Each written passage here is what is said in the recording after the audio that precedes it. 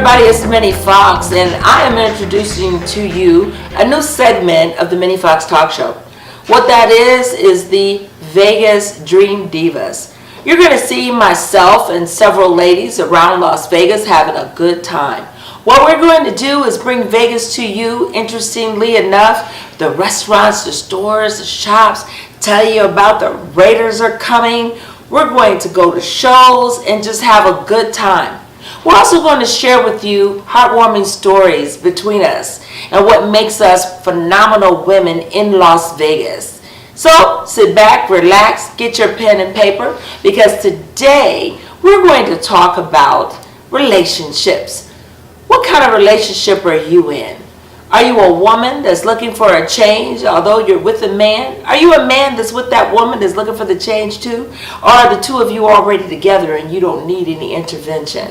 Let's figure out what it is for you. And I'm going to introduce to you my two favorite friends that have joined the show with me today. We have Miss Helena. Doesn't that sound cool? Helena with an H, like Helena. Make sure you say it right, man. You got to get the Helena in so there. Sexy. Yes, doesn't that sound sexy? Yeah. And then Judy has joined us, but you got to say Judy. Oh, wow. Get it? Judy. So anyway, these are two of my favorite guests on the show. Now, Miss Helena is a part of the Vegas Dream Divas, and you will see her with me when we're bringing you the news and everything around Las Vegas. Now, Miss Judy is going to come in periodically with us, but we're all going to have a great time and have fun. So, we're going to talk about relationships, ladies, yes? Yes. So, let's figure out this thing, what the picket fence is considered. Now, we're raised that the picket fence is the way to go. You're supposed to be married and be in love and find Prince Charming and you're Cinderella and you dropped a shoe, or you're Sleeping Beauty and you woke up when Prince Charming kissed you. However, in reality, it's not always like that, right? Right. Yeah, but sometimes we do find Prince Charming, but he's not always the prince that we want. Isn't that too good to be true? Isn't that too good to be true? So, Helena, tell us a little bit of what you think about relationships in the stereotypical way of the fairy tale, and then we'll swing over to Judy to tell us what she feels about that. Well, I think they just set us up where they think, everything's going to be perfect, and then the second that it's not, that's when everybody wants to run away. But they show us an image of everything being perfect all the time, and life is nowhere close to perfect all the time. So I think we're set up for disaster in the beginning, not realizing we're going to be putting in so much work every single day. And when we stop, that's when, relationships really fail. Isn't that true? Sort of, kind of. Sort of, kind of. What's your sort of, kind of, Judy? Well, the relationship, it starts from, to me, is starting from young age. The relationship is not only for men and women grown up, perhaps, but growing up with your parents, so the surroundings, and then that's how, you take your relationship more seriously and, like intimately, and I don't know, it is, you want to give all the kindness, and sorry about that. Speaking of relationships, Judy is in one, and her man is calling her right now in the midst of our show. So we're going to allow her to take a moment to put her phone on vibrate, and we're going to ask Helena, other than the fairy tale, our fairy tale that we so live by, that picket fence, finding the right man, and etc.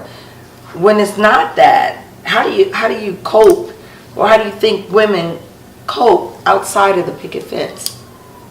I think we shut down and we don't stand up for ourselves enough, and we kind of just accept the behavior and complain about it, but don't ever do anything about it. And those who do something about it, they experience a different life, but it's a life that we choose every single day. Hi ladies, I'm Helena, and I'm here to tell you how important it is to have self-love, because if we don't love ourselves the way that we deserve, nobody else is going to. So we always have to be loving ourselves the same way we want everybody else to. I'm here to tell you guys all about it. Let's keep going after this. I was married once before and now I'm divorced, and it takes two. One person can't do it all the time. If the other person is not in it and the same way, then it's not going to work out. Both people have to be in it, so when one is weak, one can be strong, and vice versa. It's to help each other along the way in life, you know, and bringing out the best in each other and pushing each other to be better than what you are now. That's true. Judy, you have a comment about that? No, absolutely.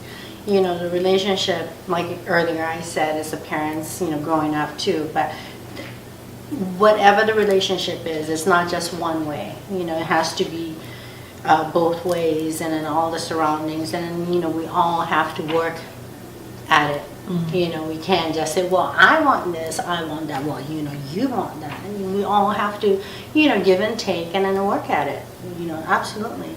So what happens when you're the woman and you're in this relationship and you love this man, and it doesn't matter what he does, you still love him, and for some strange reason your love becomes more strong in his weaknesses, and then you find yourself in a situation where you need to do this but you don't, and it stifles you, and then it surrounds you, and then it causes you to make decisions you probably wouldn't have made based on him. What happens then for our women that are looking for a way to change their life, to change their atmosphere? What would you suggest? You know, I would suggest to know that it is a choice. You choose your life every single day. You do. You choose where you work, whether you think that you don't. You have a choice to go in. Nobody forces you. Nobody makes you go in. You have a choice.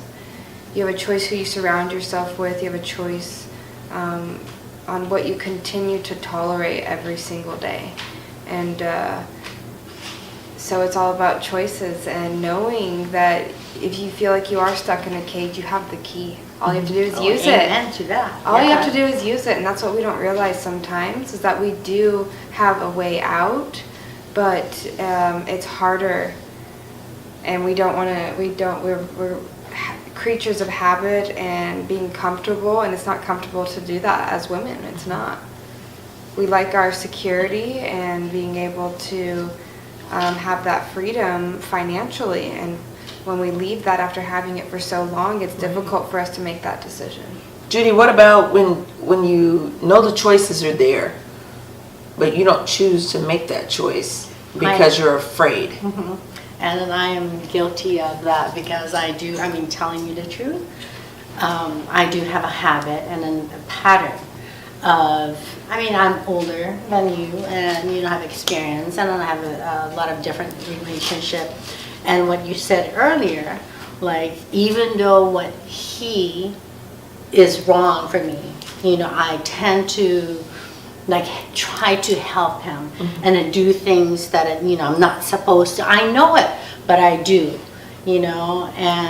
But then because I have a child, you know, almost grown-up child, and I think about that, you know, what's my priority, mm-hmm. in my life, what is the most important things, and then I try to change the course and try to get the best solution and the choice, mm-hmm. and option. So, you know, it's hard, you know, the life is hard, but you know, you got to do what you have to do, and then you have to decide what you need to do and then what you want to do in life. So somewhere in there you try to fix it, and when you realize you can't fix it, then you got to step back and, mm-hmm. allow it to fix itself. Right.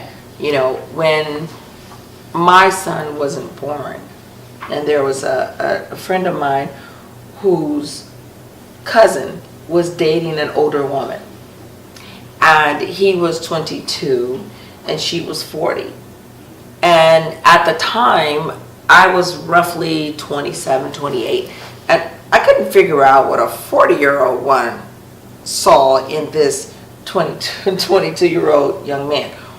why are you 40? You have nothing in common for me at the time. And I just couldn't figure that out. But she was a woman that at 40 had put herself in a position where she totally messed this young man's state of mind up. And then she kicked him out the house. And then he was with his cousin.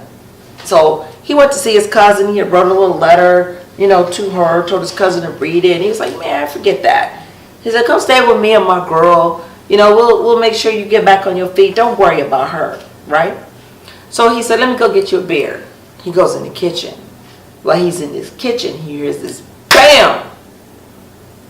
And he rushes back into the living room. And the young man has shot himself in the head over this woman. At that point in time, again, I was in my late 20s. My son, who is now 21, didn't exist because I had him at 31. But I vowed at that point in time in my life that when I did get a young man or a young woman, they have stipulations and they have a point of time of when they can and cannot date. When my son turned 20, I told him, do not date an 18-year-old. Do not date a 19-year-old. Date someone that's 21 or 22, and that's as far as you go. Keep it in your range. That was me.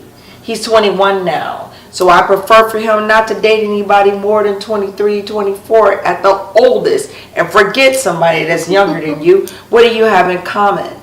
And it's so hard for our young people right now. It's a different society than what you and I grew up in to where she is now.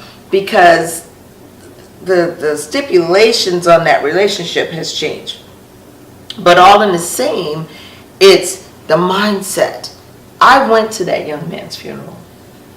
And she was there. And I was so hurt. And I didn't even know her. And my mind said, how dare you come to this funeral? This young man killed himself over you. What is wrong with you? You know. But at the same time, then I had to look at it as an outsider looking in, because that's who I was. You know, I wish that the young man was stronger and that he took what he learned from that woman and moved over here and continued his life. And that's not to say, ladies, and don't get me wrong, that you should date someone that's your age and don't mess up the head of a younger man if you're an older woman. I'm just saying it didn't work in that particular situation, and that's not for me. Yeah? Yeah. Well, you know, I've dated a young man, but like I said earlier, the relationship comes from how you learn. And, you know, for young people, you know, you're going to get married, you're going to have a kid, and then you're going to teach them how the relationship forms, not just men and women, but then really, you know, the basic, you know, the relationship between human beings. And I think that's how you know that who fits you better and then who's important and, you know, so on. Okay, well taken. When we come back for the second half of our show, we want to talk about when does consensual relationships become too far? Meaning, if you had a choice, would you have done it the same way twice? We'll be right back after this message. Hi everybody, my name is Judy. I want to talk about my daughter and being a single mom. She's 20, she's going to be 21 in 2 months. And she's the most important thing in my whole life. You know, how important it is to raise a kid with faith and love and close relationship. That's the most important thing in my life, and I want you guys to know that. Love you all. Thank you.